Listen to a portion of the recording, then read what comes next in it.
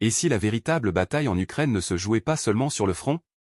Pendant que le monde regarde les missiles, un autre trésor attire toutes les convoitises, les terres noires ukrainiennes, parmi les plus fertiles de la planète.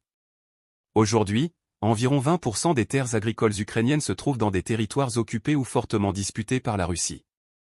Un enjeu colossal, car ces régions figuraient parmi les plus productives du pays.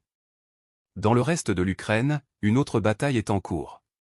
Selon certaines études, plus de 28% des terres arables sont exploitées ou contrôlées économiquement par de grands groupes agro-industriels, dont plusieurs bénéficient de financements d'investisseurs internationaux. Le nom de BlackRock revient souvent dans ce débat, mais aucune preuve crédible ne démontre que BlackRock possède directement ces terres. Son rôle officiellement annoncé est de conseiller l'Ukraine pour mobiliser des capitaux destinés à la reconstruction. Au final, un peu plus de la moitié des terres agricoles, soit environ 52%, restent sous le contrôle de l'État ukrainien, de propriétaires privés et d'exploitants locaux, même si la guerre continue d'en menacer une partie. Alors, qui contrôlera demain le grenier de l'Europe? La Russie par la force? Les grands groupes par les investissements? Ou l'Ukraine grâce à sa reconstruction? Une chose est certaine, derrière cette guerre se joue aussi le contrôle de l'une des plus grandes richesses agricoles de la planète.